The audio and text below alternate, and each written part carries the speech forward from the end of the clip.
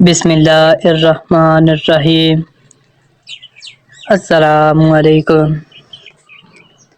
جب رسول اکرم صلی اللہ علیہ وآلہ وسلم معراج شریف پر گئے تو سب آسمان والے فرشتے حوریں حضرت محمد صلی اللہ علیہ وآلہ وسلم کو مرحبا کہنے کے لیے تشریف فرما تھے۔ حضور اکرم صلی اللہ علیہ وآلہ وسلم کے جنت میں آنے کی خبر سن کر سب ہی بے چینی سے حضرت محمد صلی اللہ علیہ وآلہ وسلم کو مرحبا کہنے کے لیے بےتاب تھے۔ اس سفر میں حضرت جبریل علیہ السلام بھی آپ صلی اللہ علیہ وآلہ وسلم کے ساتھ تھے۔ سرور کائنات صلی اللہ علیہ وآلہ وسلم سیر کرتے ہوئے جنت میں حوروں کے پاس سے گزرے۔ نبی کریم صلی اللہ علیہ وآلہ وسلم کی نگاہ اچانک ایک حور پر پڑی جو بہت ہی غمگین تھی، جو جنت میں ایک درخت کی شاخ کو پکڑے ہوئے رو رہی تھی۔ آپ صلی اللہ علیہ وآلہ وسلم نے حضرت جبریل علیہ السلام سے پوچھا کہ اس حور کو کیا پریشانی ہے کہ یہ اتنی غمگین بیٹھی ہے، جنت میں ہوتے ہوئے بھی یہ اتنی پریشان کیوں ہے؟ حضرت جبریل علیہ السلام اس حور کے پاس تشریف لے گئے اور اس حور سے دریافت کیا، تم کو پتہ ہے آج جنت میں کون تشریف لایا ہے؟ اس حور نے جواب دیا کہ میرے علم میں ہے کہ امام الانبیاء صلی اللہ علیہ وآلہ وسلم جنت میں تشریف لا چکے ہیں۔ حور نے کہا کہ اس لیے تو میں نے ایسا حال بنا رکھا ہے کہ رحمت دو عالم کی نگاہ میرے پر پڑے۔ حضرت محمد صلی اللہ علیہ وآلہ وسلم میرا حال دریافت کریں۔ حضرت جبریل علیہ السلام نے فرمایا، تجھے مبارک ہو کہ حضرت محمد صلی اللہ علیہ وآلہ وسلم نے تمہارا حال دریافت کرنے کے لیے مجھے تمہارے پاس بھیجا ہے۔ حضرت محمد صلی اللہ علیہ وآلہ وسلم کی سواری تمہارا جواب طلب کرنے کے لیے یہاں رکی ہوئی ہے۔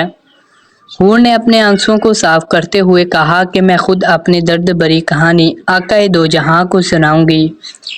حضرت محمد صلی اللہ علیہ وآلہ وسلم نے اس حور کو اپنے پاس آنے کی اجازت دی تو حور نے حضرت محمد صلی اللہ علیہ وآلہ وسلم کے پاس گئی۔ حور نے بڑے ادب کے ساتھ حضرت محمد صلی اللہ علیہ وآلہ وسلم کو سلام پیش کیا۔ حور نے نبی مکرم سے عرض کی کہ اللہ تعالیٰ کا لاکھ لاکھ شکر ہے کہ اس نے مجھے حسین و جمیل حوروں کی سردار اور ملکہ کا رتبہ دیا ہے۔ جنت میں میرا جتنا خوبصورت کوئی نہیں ہے۔ مجھے اللہ تعالیٰ نے اتنا حسن و جمال سے نوازا ہے کہ اگر میں اپنا نقاب چہرے سے ہٹا دوں تو جنت میں ہر طرف نور ہی نور ہو جائے۔ حور نے بڑے دکھی لہجے میں کہا کہ اے اللہ کے نبی صلی اللہ علیہ وآلہ وسلم، ایک دن میرے ذہن میں خیال آیا کہ قیامت کے دن ہر حور کو کسی نہ کسی بندے کے حوالے کر دیا جائے گا۔ اللہ تعالیٰ نے میرا بھی کوئی نہ کوئی جوڑا بنایا ہوا ہوگا جس کے ساتھ میں نے دائمی زندگی گزارنی ہوگی۔ میرا یہ خیال آگے بڑھتے بڑھتے خواہش کی صورت میں تبدیل ہو گیا۔ میں نے ایک دن اللہ کی بارگاہ میں یہ سوال کیا کہ یا اللہ، تیرا لاکھ لاکھ شکر ہے کہ تو نے مجھے جنت کی سب حوروں سے زیادہ حسن جمال عطا کیا ہے، کہ اتنا حسن جمال جنت میں کسی بھی حور کو نہیں عطا کیا۔ یا اللہ، میرے دل میں کافی مدت سے ایک سوال اٹھ رہا ہے کہ تو نے ہر حور کا ایک ایک جوڑا بنایا ہے جو زمین پر مردوں کی شکل میں پیدا کیا ہے، مرنے کے بعد وہ جنت میں حوروں کے خاوند ہو گئے۔ یا اللہ، یہ بات تو ظاہر ہے کہ تو نے میرا بھی کوئی جوڑا بنایا ہوگا جو جنت میں میرا خاوند ہوگا۔ اللہ تعالیٰ اس بندے کی ایک جھلک مجھے بھی دکھا دے۔ اللہ تعالیٰ نے میری دعا کو قبول فرمایا اور حکم دیا کہ سامنے جو آئینہ لگا ہے اس کو دیکھ لو، اس آئینے میں تجھ کو تیرے جوڑے کی صورت نظر آئے گی۔ یا رسول اللہ صلی اللہ علیہ وآلہ وسلم، میں بڑی خوشی کے ساتھ اس آئینے کی طرف بڑھی۔ میرے قدم خوشی کے مارے زمین پر نہیں لگ رہے تھے کہ آج محبوب ترین ساتھی کو دیکھنے جا رہی تھی کہ میں نے نگاہیں اٹھائی، دل پریشان ہوا کہ میری ساری تمنائیں پانی کی طرح بہہ گئیں۔ میرے ذہن ہمیشہ اس بات کو لے کر بہت ہی دکھی ہوتا تھا۔ میں یہ سوچتی تھی ایسا نہ ہو کہ میرا جوڑا کوئی بدصورت اور وحشی نہ ہو، کیونکہ میں اس کے ساتھ کس طرح گزر سکتی ہوں۔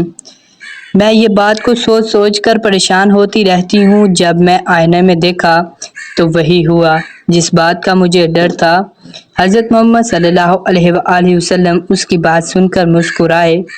حضرت محمد صلی اللہ علیہ وآلہ وسلم نے اس حور سے پوچھا، تو نے آئینے میں جس شخص کو دیکھا تھا، اپنے جوڑے کا جو حلیہ دیکھا تھا، اس کے بارے میں مجھے بھی تو بتاؤ، اس کا حلیہ کیسا تھا؟